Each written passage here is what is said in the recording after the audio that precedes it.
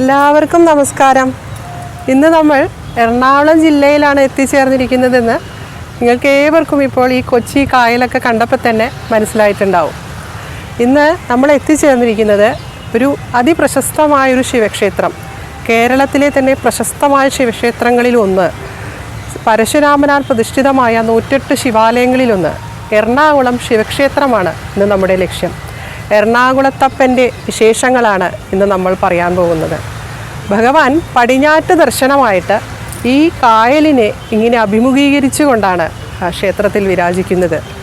അങ്ങനെയുള്ള ആ ക്ഷേത്രവിശേഷങ്ങളിലേക്കൊക്കെ നമുക്ക് കടക്കണം. ഇപ്പം നമ്മളിപ്പോൾ നിൽക്കുന്നത് കൊച്ചിൻ മറൈൻ ഡ്രൈവിൻ്റെ അടുത്തുള്ള സുഭാഷ് പാർക്കിൻ്റെ ഏകദേശം അറ്റത്തായിട്ട് വരും. ഇവിടെ നേരെ എതിർവശത്തായിട്ടാണ് ക്ഷേത്രം സ്ഥിതി ചെയ്യുന്നത്. ഈ എറണാകുളം എന്ന ആ പേര് വന്നത് തന്നെ ഈ ക്ഷേത്രവുമായി ബന്ധപ്പെട്ടിട്ടാണ്. അതായത് ഋഷിനാഗകുളമാണ് അത്രേ എറണാകുളമായി മാറിയത്. ഋഷിനാഗകുളം എന്നത് ആ ക്ഷേത്രത്തിൻ്റെ കുളത്തിൻ്റെ പേരാണ്. അത് ഐതിഹ്യവുമായി ബന്ധപ്പെട്ട് കിടക്കുന്ന ഒരു കാര്യമാണ്. നമുക്ക് ആ കഥകളിലേക്കൊക്കെ കടക്കേണ്ടതുണ്ട്. പിന്നെ ഇറയനാർ കുളം എന്നതാണ് എറണാകുളമായി മാറിയത് എന്നും ഒരു വാദമുണ്ട്. ഇറയനാർ എന്ന പദം തമിഴ് ഭാഷയിൽ ശിവൻ എന്നതാണ് അർത്ഥം. പണ്ട് തമിഴ് ഭാഷയ്ക്ക് നമ്മളെ ദക്ഷിണേന്ത്യയിൽ ഒരുപാട് പ്രാധാന്യമുള്ള സമയമായിരുന്നു. അങ്ങനെ എല്ലാം കൊണ്ടും ഈ നഗരമധ്യത്തിൽ ഇങ്ങനെയുള്ള ഒരു പ്രശസ്തമായൊരു ശിവക്ഷേത്രം ഈ എറണാകുളം എന്ന നഗരത്തിന് തന്നെ ഒരു രക്ഷിതാവായിക്കൊണ്ടാണ് ഭഗവാൻ ഇവിടെ വിരാജിക്കുന്നത്. അപ്പോൾ ഈ ക്ഷേത്രമുള്ളത് തന്നെ ഈ നഗരത്തിൻ്റെ ഒരു മുഖമുദ്രയാണ് എന്ന് തന്നെ പറയാം. അങ്ങനെയുള്ള ആ എറണാകുളത്തപ്പൻ്റെ, ഋഷിനാഗകുളത്തപ്പൻ്റെ വിശേഷങ്ങളെല്ലാം തന്നെ നമുക്ക് പറയണം. അതിനായിട്ട് നമുക്കിനി നേരെ എതിർവശത്തുള്ള ആ ക്ഷേത്രത്തിലേക്ക് തന്നെ പോകാം. എന്നിട്ട് ആ ഭഗവാന്റെ മുമ്പിൽ നിന്നുകൊണ്ട് തന്നെ നമുക്ക് ആ വിശേഷങ്ങളിലേക്കൊക്കെ കടക്കാം. അങ്ങനെ നമ്മൾ എറണാകുളത്തപ്പൻ്റെ തിരുസന്നിധിയിൽ എത്തിച്ചേർന്നു. അത്യുഗ്രമൂർത്തിയായ മഹാദേവൻ കിരാതമൂർത്തിയായും പാർവതീ സമേതനായും ഇവിടെ വിരാജിക്കുന്നു. ഇനി നമുക്ക് ക്ഷേത്രത്തിൻ്റെ ഐതിഹ്യത്തിലേക്ക് കടക്കാം. പണ്ട് ദ്വാപരയുഗത്തിൽ കുലുമുനി എന്നു പേരായൊരു സന്യാസി ശ്രേഷ്ഠൻ ഹിമാലയത്തിൽ തപസ്സനുഷ്ഠിച്ചിരുന്നു. ഒരിക്കൽ അദ്ദേഹത്തിൻ്റെ ശിഷ്യന്മാർ യാഗാവശ്യത്തിനുള്ള സാധനങ്ങൾ ശേഖരിക്കാനായി കാട്ടിലേക്ക് പോയി. അപ്പോൾ ഒരു സർപ്പം അവരുടെ നേർക്ക് ഇങ്ങനെ വന്നു. മറ്റേ കുട്ടികളെല്ലാം പേടിച്ചോടിയപ്പോൾ അതിൽ കുറച്ച് മുതിർന്ന ദേവലൻ എന്നു പേരായൊരു ശിഷ്യൻ കാട്ടുവള്ളി എടുത്ത് ആ സർപ്പത്തിൻ്റെ കഴുത്തിൽ കുരുക്കി അങ്ങനെ അതിനെ കൊന്നു. ഈ വിവരം അറിഞ്ഞ കുലുമുനി ദേവലനെ ശപിച്ചു.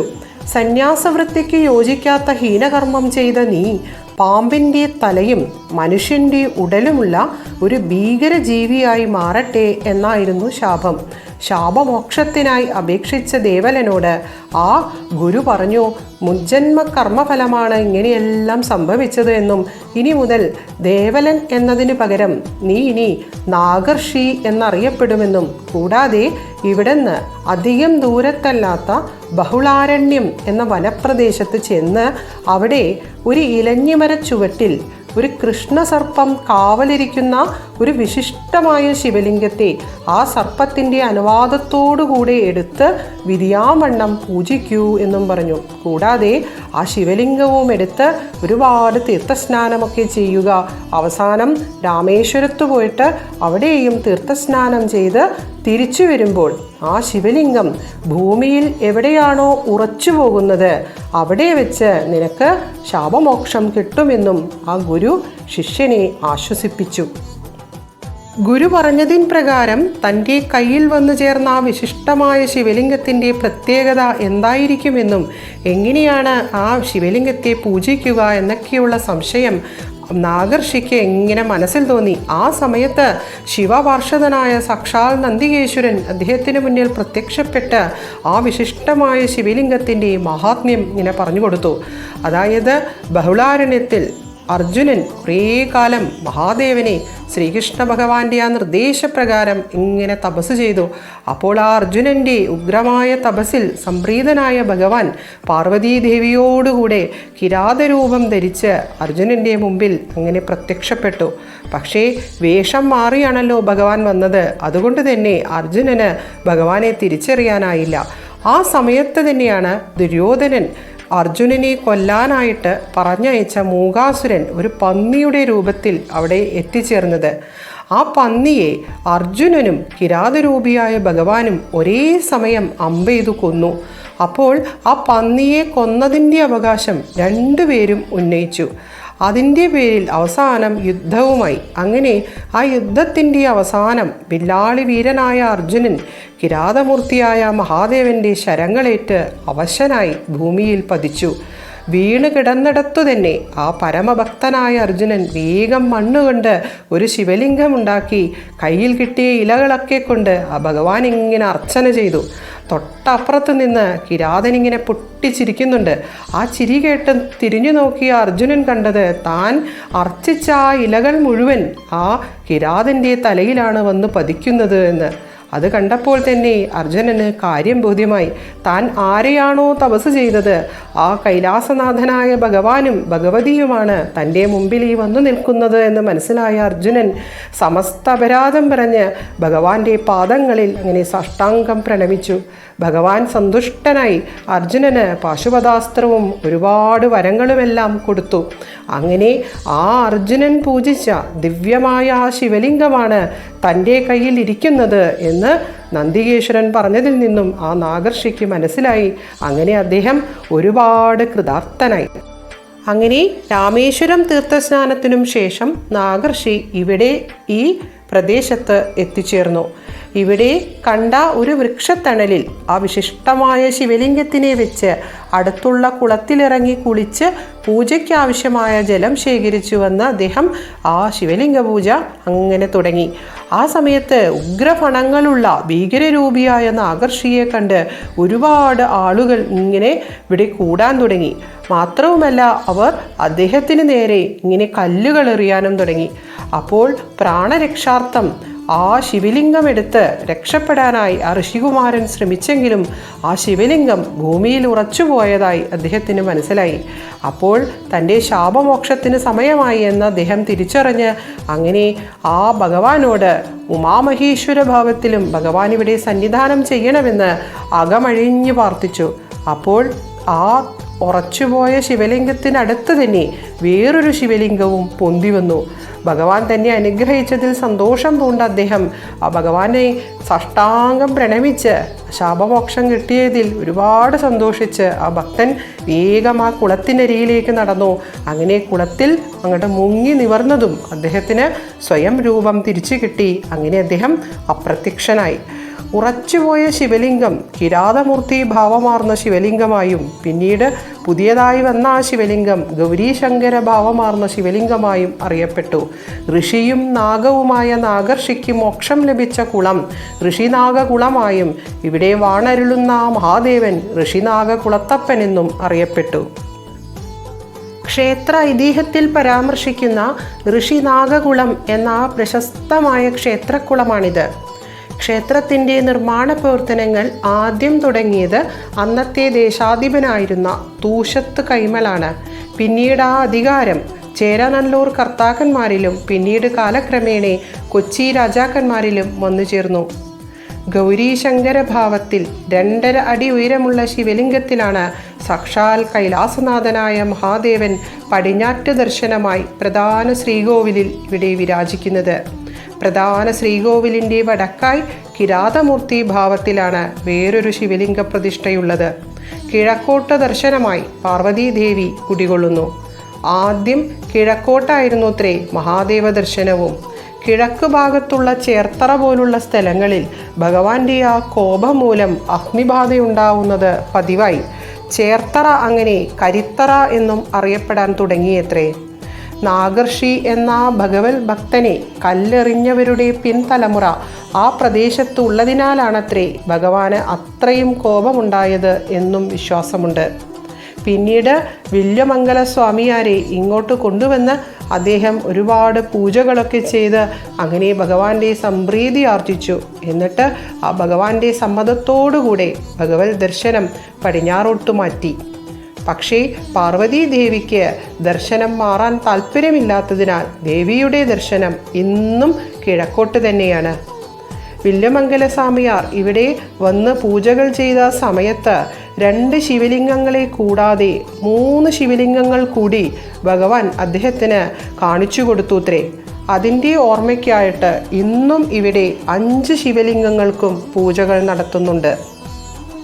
നാലമ്പലത്തിൽ കിഴക്കോട്ട് ദർശനമായി ഗണപതി പ്രതിഷ്ഠയുണ്ട്. ഗണപതി ഭഗവാന്റെ ഇടതും വലതുമായി സുബ്രഹ്മണ്യ പ്രതിഷ്ഠയും നാഗപ്രതിഷ്ഠയുമുണ്ട്. അതിനു പിറകിലും ഒരു ഐതിഹ്യമുണ്ട്. പണ്ട് ഇവിടെ അടുത്തൊരു ഇല്ലത്ത് ഒരു ഉണ്ണി പിറന്നു. ആ ഉണ്ണിക്ക് 18 വയസ്സിൽ സർപ്പദംശനമേറ്റ് മരണം എന്നൊരു യോഗം ജാതകത്തിൽ കണ്ടു. അതറിഞ്ഞ അന്ന് തൊട്ട് പരിഹാരമെന്നോണം വീട്ടുകാർ ആ ഉണ്ണിയെ ഇങ്ങോട്ട് ഭഗവാനെ ഭജിക്കാനായി പറഞ്ഞു വിട്ടു. അത് എന്നും വന്ന് ഭഗവാനെ ഭജിക്കും. അങ്ങനെ ഭഗവാന്റെ ഒരു നല്ലൊരു ഭക്തനായി മാറി ആ ഉണ്ണി. 18 അന്ന് ആ ഉണ്ണി കുളത്തിലിങ്ങനെ കുളിച്ച് ക്ഷേത്രത്തിലേക്ക് നടന്നു വരികയായിരുന്നു. അപ്പോൾ ഒരു സർപ്പം തൻ്റെ നേരെ ഇങ്ങനെ ദംശിക്കാനായിട്ട് ആഞ്ഞെടുക്കുന്നത് ആ ഉണ്ണി കണ്ടു. വേഗം ഋഷിനാഗക്കുളത്തപ്പ എന്നെ രക്ഷിക്കണേ എന്ന് കരഞ്ഞു പറഞ്ഞുകൊണ്ട് ആ ഉണ്ണി ഓടി നാലമ്പലത്തിലേക്ക് കയറി. അപ്പോൾ ഭഗവാന്റെ ശ്രീകോവിൽ ഇങ്ങനെ അടഞ്ഞു കിടക്കുന്ന സമയമായിരുന്നു. അപ്പോൾ അകത്തു നിന്ന് ഘനഗംഭീരമായിട്ടൊരു ശബ്ദം കേട്ടുത്രേ. സുബ്രഹ്മണ്യ, ഭക്തനെ രക്ഷിക്കൂ എന്നായിരുന്നു അത്. ആ ശബ്ദം കേട്ട് അവിടെ ഉണ്ടായിരുന്ന എല്ലാവരും പേടിച്ചു എന്നാണ് പറയുന്നത്. അപ്പോൾ ആ സമയത്ത് ഒരു മയിൽ ഇവിടെ പറന്നെത്തിയെന്നും ആ സർപ്പത്തെ കൊത്തിക്കൊണ്ട് അങ്ങനെ ഉയരുകയും ചെയ്തു എന്നും ആണ് കഥ. ആ ഒരു അനുഗ്രഹത്തിൻ്റെ സ്മരണയ്ക്കായിട്ടാണ് ഗണപതി വിഗ്രഹത്തിന് 2 ഭാഗത്തുമായിട്ട് സുബ്രഹ്മണ്യ പ്രതിഷ്ഠയും നാഗപ്രതിഷ്ഠയും ഉണ്ടായത്. നാലമ്പലത്തിന് പുറത്ത് അയ്യപ്പസ്വാമിക്കും നാഗദൈവങ്ങൾക്കും പ്രതിഷ്ഠകളുണ്ട്. നാഗരാജാവായി വാസുകിയും കൂടെ നാഗയക്ഷിയും നാഗകന്യകയും നാഗചാമുണ്ടിയും അടങ്ങുന്നതാണ് നാഗപ്രതിഷ്ഠ. 5 പൂജയും 3 ശീവേലിയുമുള്ള ഒരു ക്ഷേത്ര സന്നിധിയാണിത്.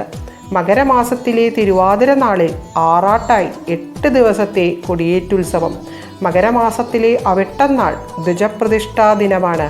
ആറാട്ട് ദിവസം പ്രദോഷം വന്നാൽ പ്രധാന ശ്രീകോവിലിന് വടക്കുവശത്തുള്ള ശ്രീകോവിലിലെ വടക്കൻ ദേവരായ കിരാതമൂർത്തിക്കാണ് പ്രദോഷ പൂജ പതിവുള്ളത്. ആ ഉത്സവ സമയത്ത് വിവിധ കലാപരിപാടികളും മേളവും എഴുന്നള്ളിപ്പുമായി ഇവിടെ വളരെ ആർഭാടമായിട്ടാണ് ഉത്സവം ആഘോഷിക്കാറുള്ളത്. പിന്നെ ശിവരാത്രിയും ധനുമാസത്തിലെ തിരുവാതിരയും പ്രധാന ആണ്ടുവിശേഷങ്ങളാണ്. കർക്കടകം, ചിങ്ങം മാസങ്ങളിൽ ഇല്ലം നിറയും പുത്തരി നേദ്യവും പതിവുണ്ട്. 1001 കുടം ജലധാരയും 8 തുലാഭാരവുമാണ് എറണാകുളത്തപ്പൻ്റെ പ്രധാന വഴിപാടുകൾ. വെടിവഴിപാടിനും ഒരുപാട് പ്രാധാന്യമുണ്ട്. കിരാതമൂർത്തിയായ ഭഗവാന്റെ വേട്ടയ്ക്കുള്ള പുറപ്പാടിനെയാണ് വെടിവഴിപാട് സൂചിപ്പിക്കുന്നത്. കൂടാതെ കൂവളമാല, പിൻവിളക്ക്, ശിവസഹസ്രനാമാർച്ചന, ഉദയാസ്തമന പൂജ, മൃത്യുഞ്ജയ ഹോമം, ശംഖാഭിഷേകം, ധാര എന്നു തുടങ്ങി നിരവധി വഴിപാടുകൾ ഇവിടെയുണ്ട്. പാർവതീദേവിക്ക് വിളക്ക് തെളിയിക്കുന്നത് മംഗല്യസിദ്ധിക്ക് നല്ലതാണെന്ന് വിശ്വസിക്കുന്നു. ദർശന സമയം രാവിലെ 3:30 തൊട്ട് 11 വരെയും വൈകിട്ട് 4 തൊട്ട് 8 മണി വരെയുമാണ്. നിർമ്മാല്യ ദർശനം കഴിഞ്ഞ് 1 മണിക്കൂർ കഴിഞ്ഞേ ഭഗവാന്റെ ആടയാഭരണങ്ങൾ മാറ്റുകയുള്ളൂ എന്നുള്ളത് ഈ ക്ഷേത്രത്തിലെ ഒരു പ്രത്യേകതയാണ്. കന്നഡ ശൈലിയിലുള്ള ഒരു ഹനുമൽ ക്ഷേത്രവും തമിഴ് ശൈലിയിലുള്ള ഒരു സുബ്രഹ്മണ്യ ക്ഷേത്രവും ഈ ക്ഷേത്രത്തിന് അടുത്തായി തന്നെ സ്ഥിതി ചെയ്യുന്നു. ഓരോ പുണ്യഭൂമിക്കും ഓരോ വ്യത്യസ്തമായ കഥകൾ പറയാനുണ്ടാവും. അങ്ങനെ ഈ ക്ഷേത്രവും വ്യത്യസ്തമായ ഐതിഹ്യ പെരുമയേറുന്ന ഒരു വിസ്മയം തന്നെയാണ് ഇവിടെ വരുന്ന ഓരോ ഭക്തനും സമ്മാനിക്കുന്നത്. ഈ മഹാനഗര മധ്യത്തിൽ സ്ഥിതി ചെയ്യുന്ന പ്രൗഢഗംഭീരമായ പൗരാണികമായ ചൈതന്യവത്തായ ഈ മഹാദേവ ക്ഷേത്രം അതീവ ഹൃദ്യമായ ആത്മീയ അനുഭൂതി പകരുന്ന മനോഹരമായ ഒരു അനുഭവം തന്നെയാണ്. എറണാകുളം എന്ന ദേശത്തിൻ്റെ നാഥനായാണ് എറണാകുളത്തപ്പൻ ഇവിടെ പരിലസിക്കുന്നത്. ഈ പുണ്യഭൂമിയിൽ നിന്നും ഉച്ചരിച്ച എല്ലാ വാക്കുകളും പ്രപഞ്ചത്തിൻ്റെ മാതാവും പിതാവുമായ ഉമാമഹേശ്വരന്മാരുടെ തൃപ്പാദങ്ങളിൽ സമർപ്പിക്കുന്നു. വന്ദേ ശംഭു ഉമാപതിം സുരഗുരും വന്ദേ ജഗൽകാരണം വന്ദേ പന്നഗഭൂഷണം മൃഗധരം വന്ദേ പശൂനാം പതിം വന്ദേ സൂര്യശശാങ്കവഗ്നിനയനം വന്ദേ മുകുന്ദപ്രിയം വന്ദേ ഭക്തജനാശ്രയം ജവരഥം വന്ദേ ശിവം ശങ്കരം. ഏവർക്കും നന്മകളുണ്ടാവട്ടെ. ഓം നമഃ ശിവായ.